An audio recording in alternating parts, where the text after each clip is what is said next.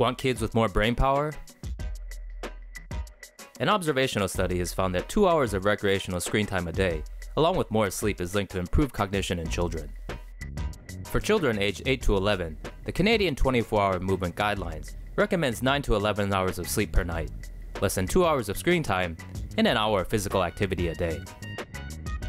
But a study of 4,520 US children found that only 5% met all three recommendations, while 41% met at least one guideline, 25% met two, and 29% met none at all. On average, American kids slept 9.1 hours per night, had 3.6 hours of recreational screen time per day, and 3.7 hours of physical activity per week. According to the findings, screen time and sleep had the strongest links to improved cognition, and kids with more than 2 hours of screen time had poor development. Researchers say parents should manage screen time, and suggest encouraging more physical activity and tech-free zones. Everything's a safety risk these days. Not as harmless as you thought. Doctors in London are warning against the dangers of Nerf guns after at least 3 people suffered serious injuries from getting hit in the eye. Nerf guns are toys that shoot soft foam projectiles. Official replacement bullets are widely available, but generic ones are cheaper. They're also harder and have more potential to cause injury. Nerf video tutorials abound online, with some giving instructions on how to modify the toy gun to make it shoot faster and farther. Patients who were hit in the eye with Nerf projectiles reportedly complained of blurred vision and pain. Doctors later discovered their eyes were inflamed, and blood was pooling in the anterior chamber.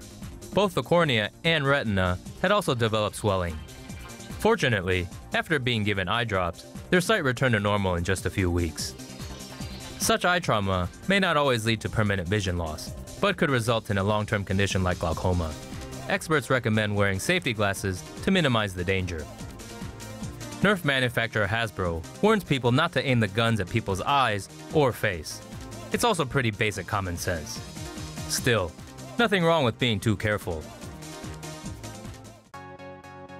Kids don't wake up for smoke alarms. Scientists in the UK have found that smoke alarms often fail to wake children up. Researchers suggest children are not pre-programmed to recognize digital danger warning sounds, which could be the reason they often fail to respond to smoke alarms.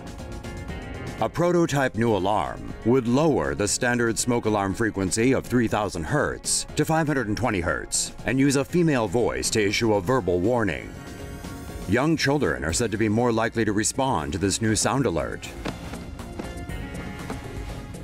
In an experiment, only 7 of 34 children tested were woken up by standard smoke alarms. Those who woke up were all girls. So don't drink and breastfeed. A recently published study found that children exposed to alcohol through breast milk may have reduced cognitive abilities. CBS News reports in the study, breastfeeding moms were asked about their alcohol consumption and their smoking habits. The study then tested the children of these mothers on vocabulary, nonverbal reasoning, and cognitive processing every 2 years until the age of 11. Children of mothers who drank were shown to have lower test scores than those who didn't from age 6 to 7. However, the effects don't seem to be long-lasting, as the same results weren't seen when the children turned 10 to 11. Dr. Alyssa Rubin, medical director of Happy and Healthy Pediatrics, told CBS News that a mother should not breastfeed if she feels any of the effects of alcohol in her system. However, Dr. Rubin said an occasional glass of wine is fine as long as women drink water and eat a full meal afterward. Smoking didn't appear to have an effect on children's cognitive ability. However, researchers warn it's still not a good idea to smoke. Well, that's irresponsible. According to a report from NBC News, a bus driver in Indiana was caught on camera letting young students drive her bus during her afternoon route. Apparently, 27-year-old Joandria McCarty would allow her young students to take turns driving her bus for short distances after the school day ended. The 3 students, ages 11, 13, and 17, each took turns steering the wheel. McCarty is seen helping them steer the wheel too. Well, someone was smart enough to record the incident, which is when a parent came forward to report it. McCarty was immediately fired from her job as a school bus driver and taken into custody. The Times of Northwest India reports McCarty was charged with neglect of a dependent, a level 6 felony. Whoever thought letting kids drive a school bus would be a good idea? Household disinfectants could be linked to child obesity.